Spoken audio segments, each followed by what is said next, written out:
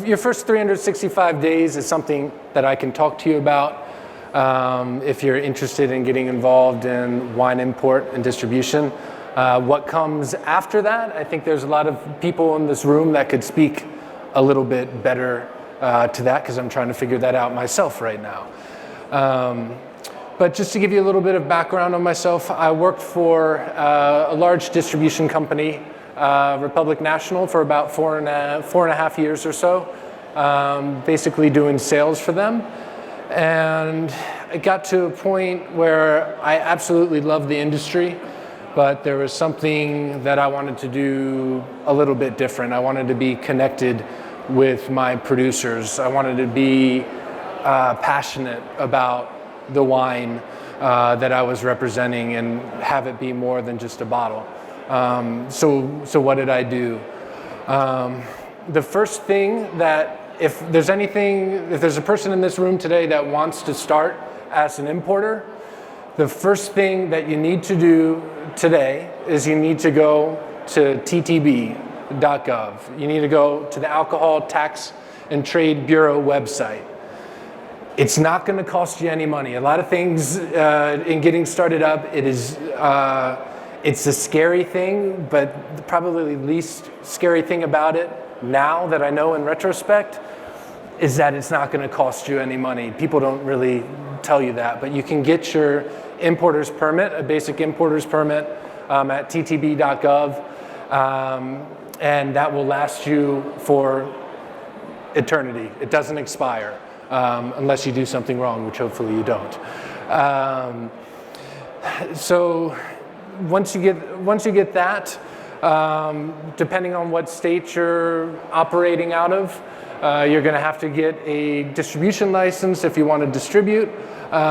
You're also going to have to figure out the whole COLA process. I bet there's some people in the room who have heard of a COLA. COLA stands for Certificate of Label Approval, and it can be one of the more frustrating things that happens in the world of a wine importer.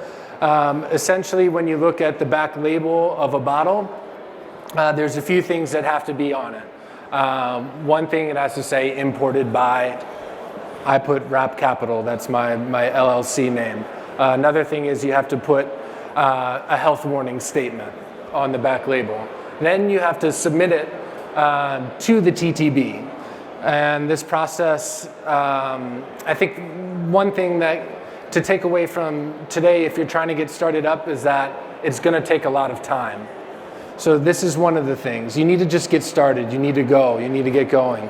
When you fill out a COLA label, they may get back to you in 5 to 7 business days. It may take 14 business days. They may just forget about it. And 30 days later, you're calling up the TTB and asking them, where's my approval? There's going to be little things that happen along the way too that you need to do it so that you can figure it out. For example, you would think that when you submit a label for approval, you would label the back label of a COLA label as a back label. But if you do that, they'll return the label to you because you didn't submit it as a front label.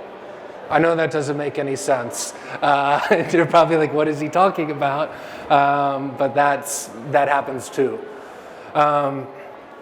Going a little further after you've done the TTB process and you've got your COLA labels, there's one other thing to mention there, which is COLA waivers. So anybody in the room who has brought in a sample wine before, if you're going to do it the correct way and not have them just send it to your house, a producer send you a bottle of wine, which you might get in trouble for, you're going to go online to the TTB website. There's going to be a standard cover letter that you'll find there. You'll put, I'm going to be importing 3 bottles of this Nero d'Avola from Azienda Agricola G. Malazzo in Sicily to be used as samples. And then you add a couple other pieces of information like your basic importer's permit number and things like that. You submit it to the TTB, and you will hopefully be given a waiver that enables you to bring in those wines even though you do not have a COLA for those wines. Then some other things that are going to come after this, it's about time again. When I first started, I'm still learning a lot, right? But when I first started, I had no idea about how am I going to logistically get this bottle from Italy and get it to my warehouse in DC. How am I going to do this? I called up a couple different importers and I asked them about, who do you use for shipping? Who's the best at doing this? And this is something that I'd recommend in the process as well. I called up a young lady from Bliss Imports. She recommended that I talk to Hillebrand. I talked to Hillebrand and got a quote from them, and then I talked to another individual who recommended that I talk to Giorgio Gori. What I learned in this process, which it seems like common sense, but once I got that quote from Hillebrand, then I got a quote from Giorgio Gori first time. Giorgio Gori's quote was a little bit less expensive than Hillebrand's quote. So then I went back to Hillebrand and said, hey, can you match this price?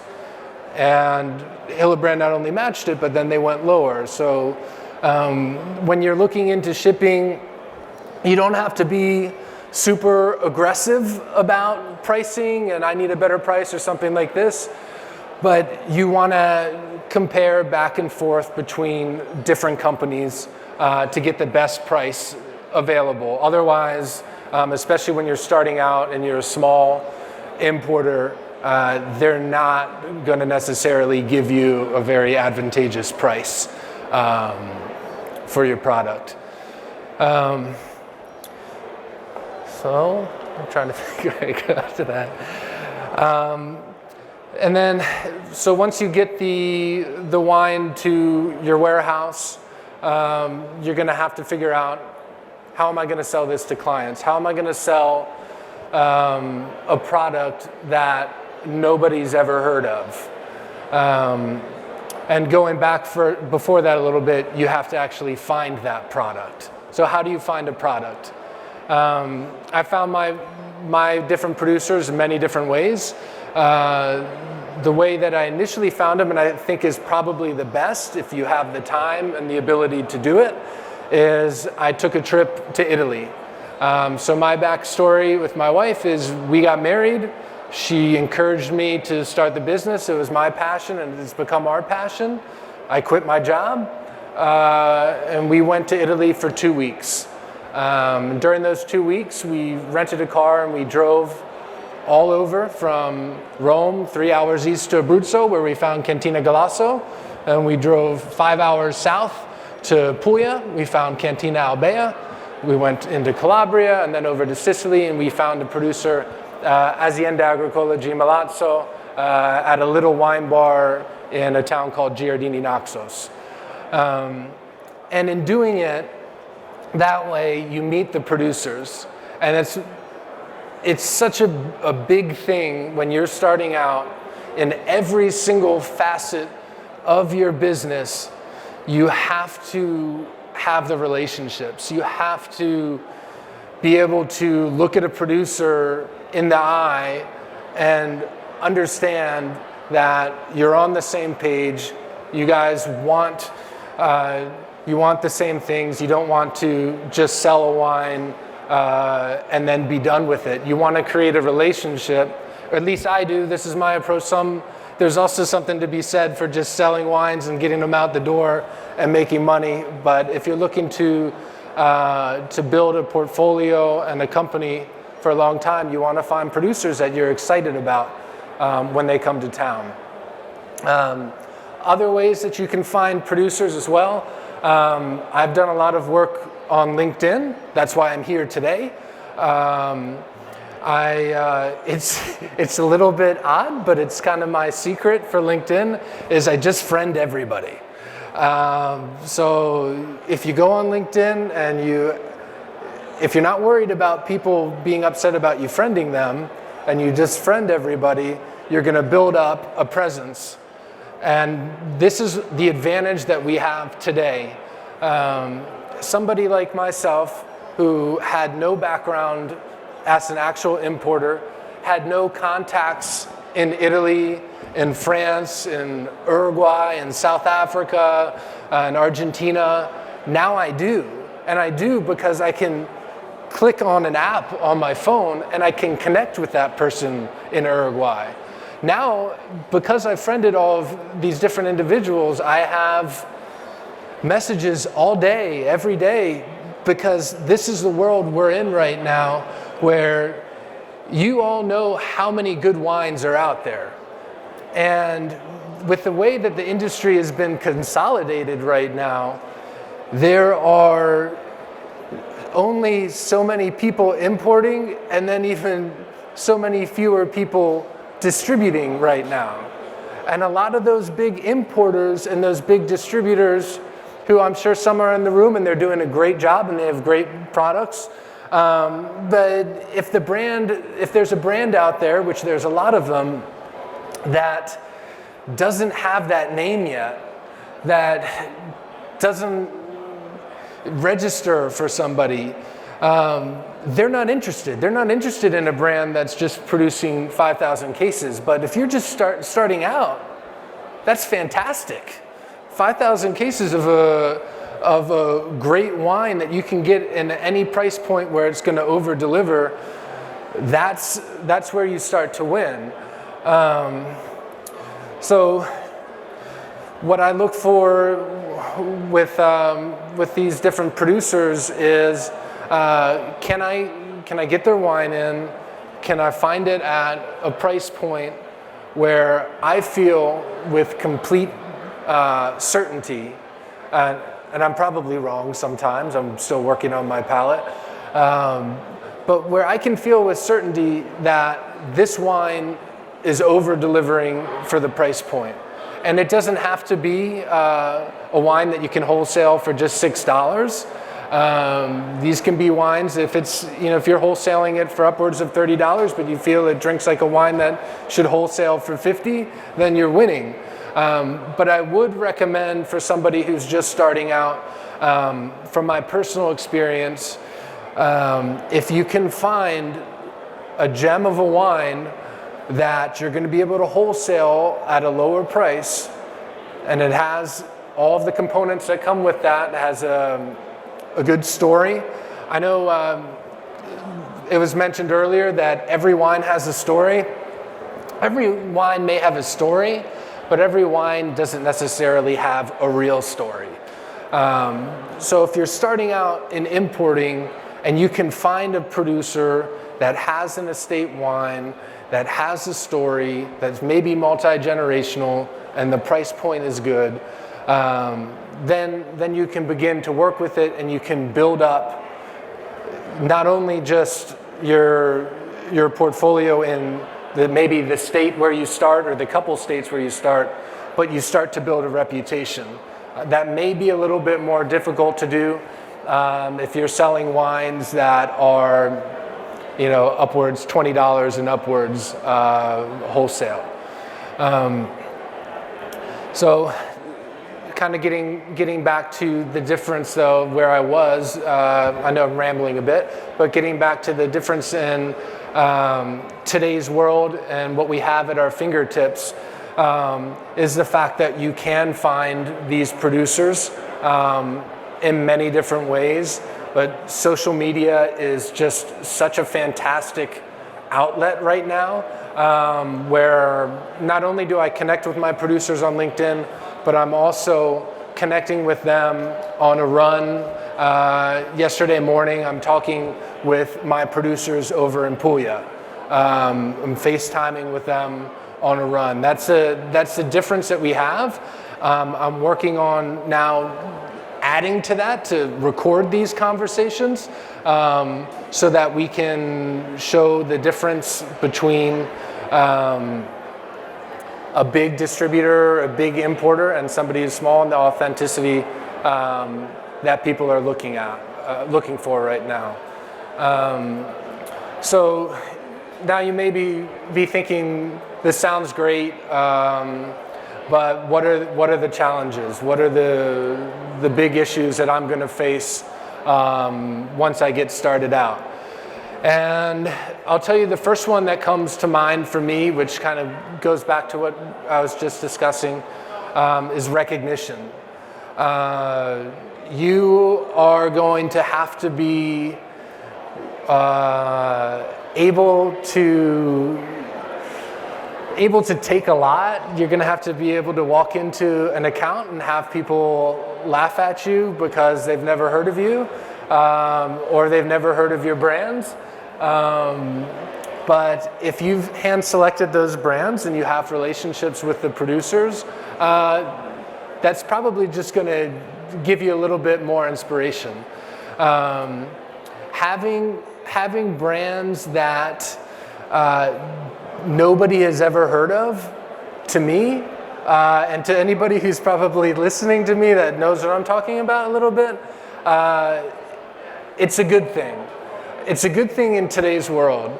I hear more from people from buyers, whether it's retail or restaurants, that they don't want grocery store brands.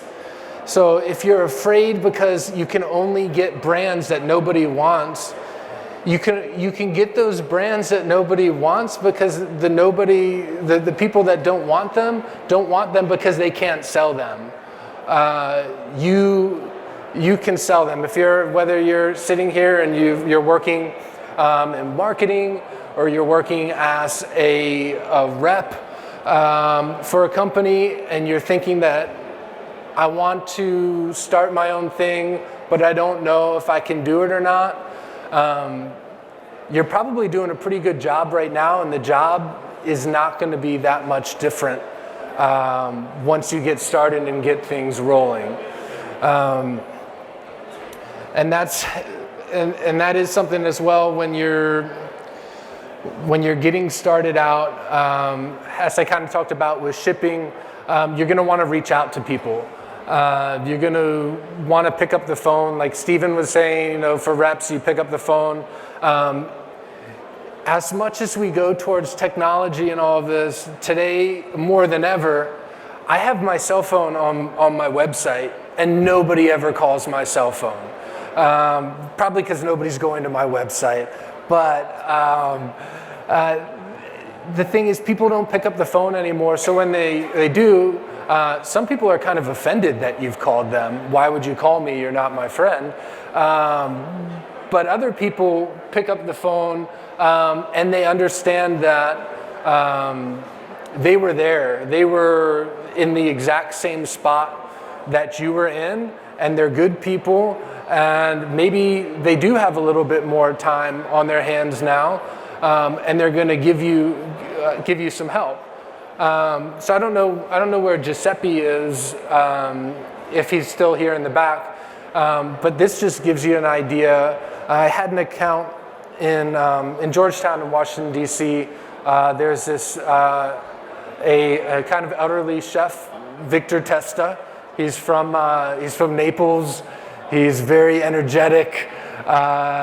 He tells stories that you think aren't true, but I'm learning to find that most of them are. So Chef Testa told me one day when I was in there, he's kind of taken a liking to me, and I was sitting with him during lunch and having some lunch with Chef Testa, and he said, hey, you call Leonardo Locascio, you call him up, you tell him Chef Testa told you to call him.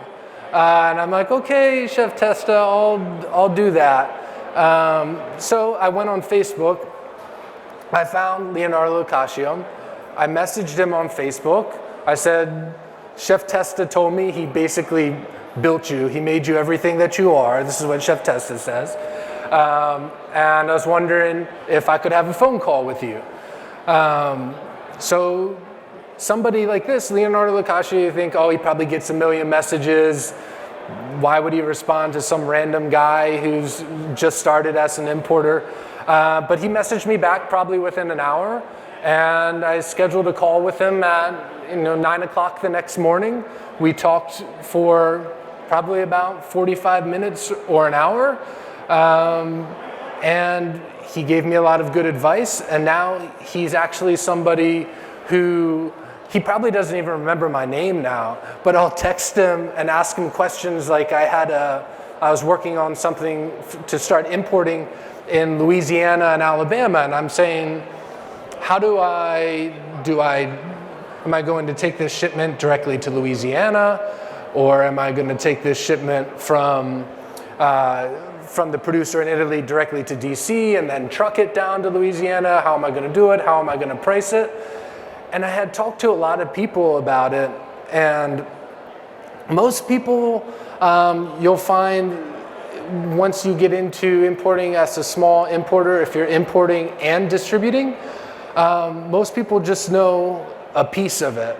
They're not necessarily going to know from working with the TTB to the shipping to warehousing to the distribution side to pricing and all of that. So I think the people that have been through it and they do know it, they understand, and they really want to help you. So I was able to place that phone call and have somebody help me. I'm trying to think what else I would like to lend to you today if I could. As I stated to start, I began my company, and I had my first container arrive December 7th, 2016.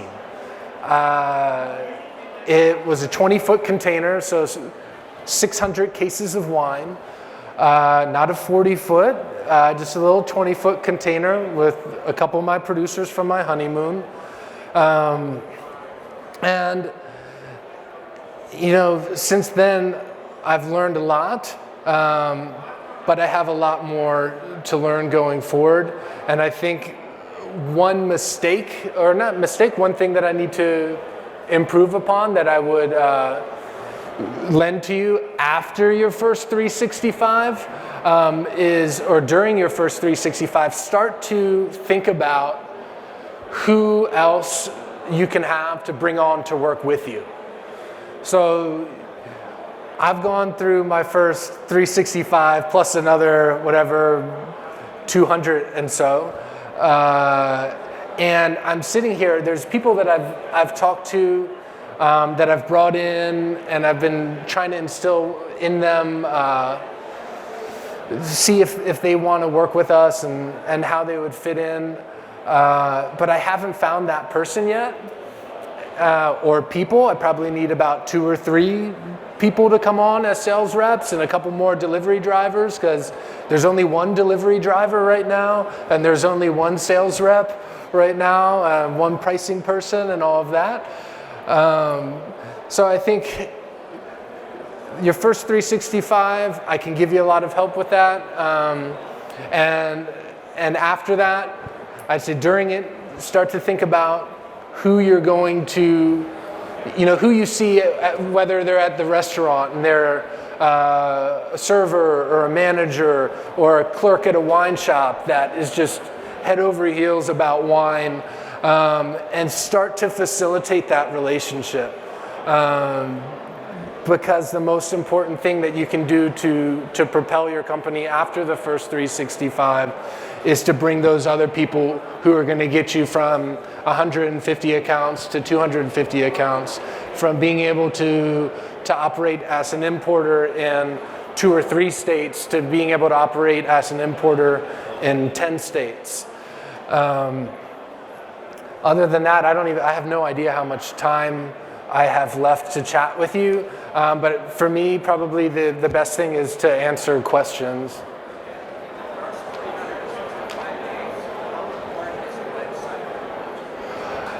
Okay. So, and your name is? So Mike's question is, in the first 365 days, how important is the website? I think that can be answered a lot of ways. So for me, it wasn't necessarily of huge importance to have a big fancy website, because you have to think about it in terms of what purpose is that website serving. So for me, I operate as an importer and a distributor. So my producers, as long as they see that I have a website, they're okay. It doesn't need to be fancy. And then my retailers and my restaurants and all of them, I'm interfacing with them, so they're not necessarily looking at the website.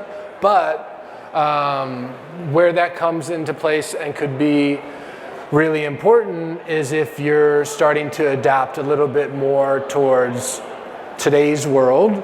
Today's world, you might want to be selling some of your wines online.